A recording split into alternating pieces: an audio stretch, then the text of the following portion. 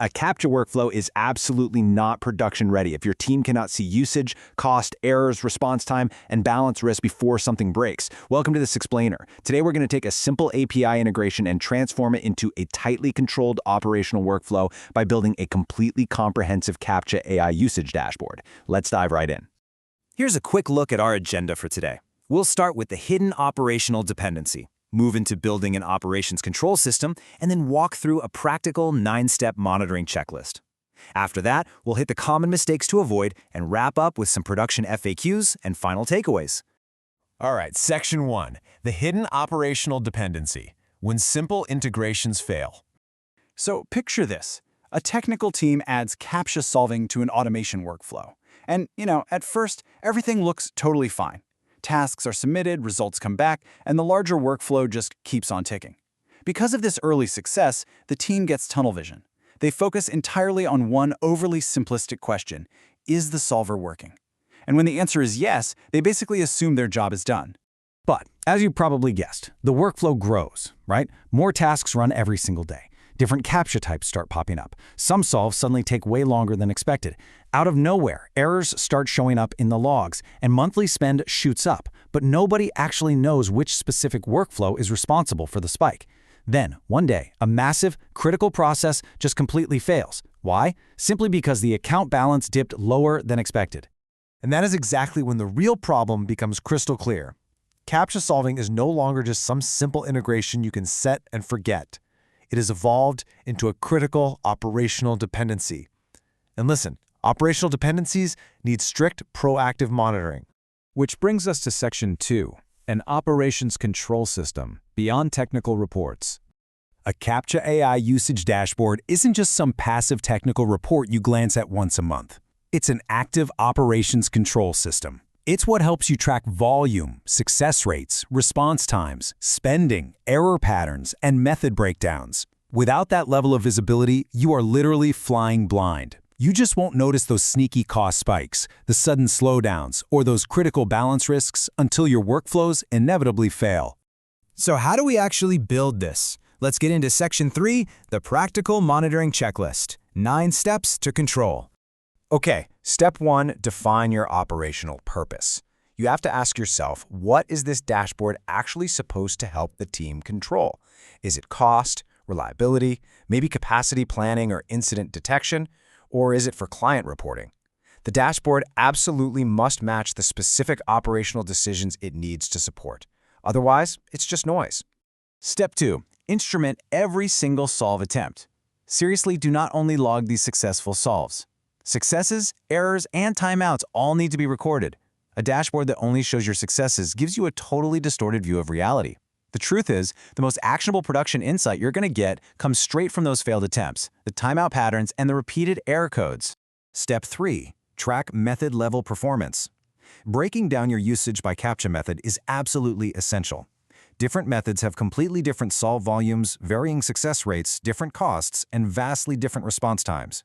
When you break it down, it reveals exactly which workflows or CAPTCHA types are the ones driving your failures and eating up your budget.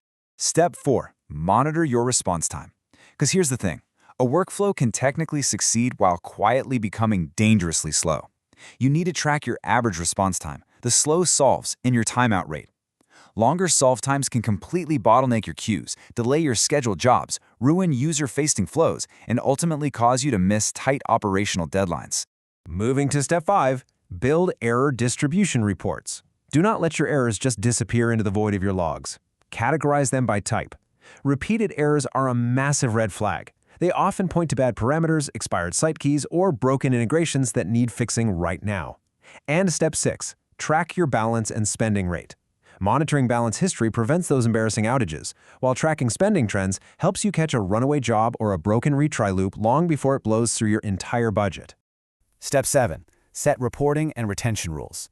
Look, detailed logs are great for recent debugging, but summarized metrics are way better for long-term planning. You got to rotate your files or archive old logs so your data doesn't just grow forever. Step 8, add alerts where you actually need them. High error rates, unusual spend, or a low balance should trigger alerts well before your downstream workflows are affected. Remember, the goal here isn't to just make more charts for the sake of it. The goal is to help your team act earlier. And finally, step 9, assign ownership. Who is actually reviewing these usage reports? Who manages the alert thresholds? When the balance gets low, whose pager goes off? Who investigates the error spikes? If a dashboard doesn't have an active owner, it becomes completely passive, and a passive dashboard is a useless dashboard. Let's move into Section 4, Common Mistakes to Avoid. Don't fall into these traps. We're going to do a rapid-fire rundown of the biggest traps. Mistake 1, treating your total solve count as the only important metric. It's not. Mistake 2, logging successful solves but completely missing the errors and timeouts. Mistake 3, ignoring the account balance until a full-blown outage actually happens. And mistake 4, ignoring those error distribution patterns we talked about. Mistake 5, failing to tag your usage by workflow, project, or client. This leaves you totally blind to where your costs are actually coming from. Mistake 6, keeping unlimited raw logs without any retention rules in place. And mistake 7, ignoring operational risk. You absolutely cannot skip reviewing platform permissions, contractual terms, and privacy requirements. These workflows should only ever run in permitted, authorized environments, no exceptions. All right, let's bring it home with Section 5, Production FAQs and Takeaways. Final thoughts. First question we get a lot. Should teams actually monitor Captcha workflows in production? The answer is a resounding absolute yes. If Captcha solving affects a real live workflow, monitoring has to be part of your initial system design. It can never be an afterthought. Second question, what is the single most important metric? The reality is, there isn't a single magic metric. You really have to look at the whole board. The best approach is to start with a solid combination of your success rate, your response time, error distribution, the spending rate, and your balance history. We're going to end this explainer on a really powerful truth. Visibility prevents failure. Which leaves us with one pretty urgent question. What is your unmonitored workflow going to break next? Seriously, take a moment today to reflect on the hidden vulnerabilities lurking in your own automation pipelines. Get that visibility in place and take control of your operations. Thanks so much for joining me.